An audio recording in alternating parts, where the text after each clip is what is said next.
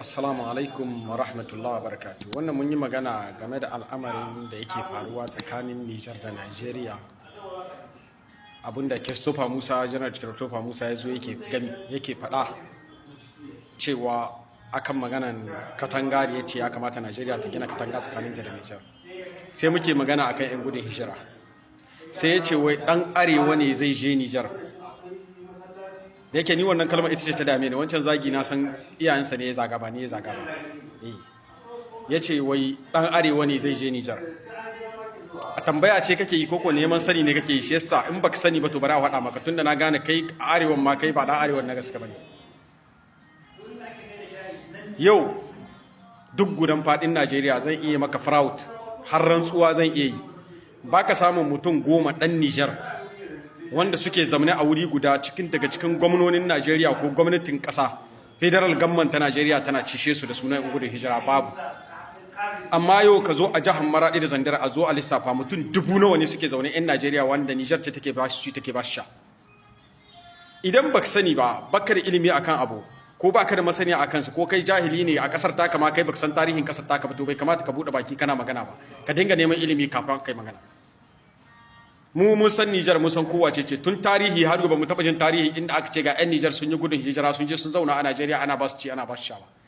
Amma dai a kurciya ta ban san so nawa ne dan Najeriya gudanar to Niger ya kafa sansani suka zamna ba, shugabannin Niger suna ba su abinci suna ci, duk da kullun kuna zagin mu kuna ce muna matsiyata. Amma akwai al'umman ku da muke ba ci muke ba sha a cikin Niger.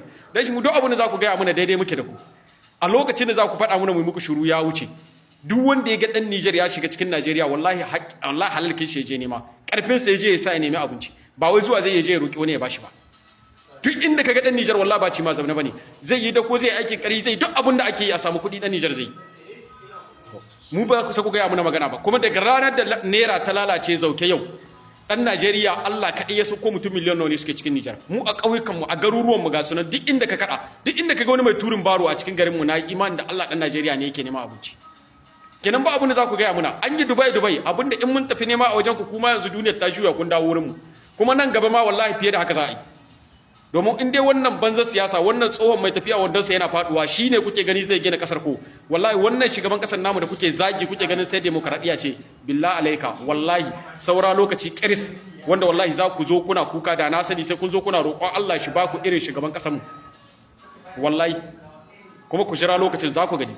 Mu abinda muke gaya muku mu ba 'yan siyasa bane, don mun aje siyasa gefe daya, ba wanda zai gaya mana ita, saboda mun gabatar da rana na mun ka aje ta gefe daya. Ga kunan kullun a kashe al'umma, a cutar da al'umma, kuma amma gwamnonin ku da sanatocin ku kuma sun yarda in dai za a ba su kuɗi ko me zai faru da ku ya faru. To mu ko ita ce ba mu yarda da ita ba. Dalilin haka muka kawar da siyasa gefe daya, muke buƙatar mu gina kasar mu, kuma kasar mu za ta ginu insha Allah. Kuma lokacin da za ku sheko da gudu ku to lokacin da za mu gwada muku cewa akwai bambanci, a lokacin nan mun sa doka da dokoki a kasar mu.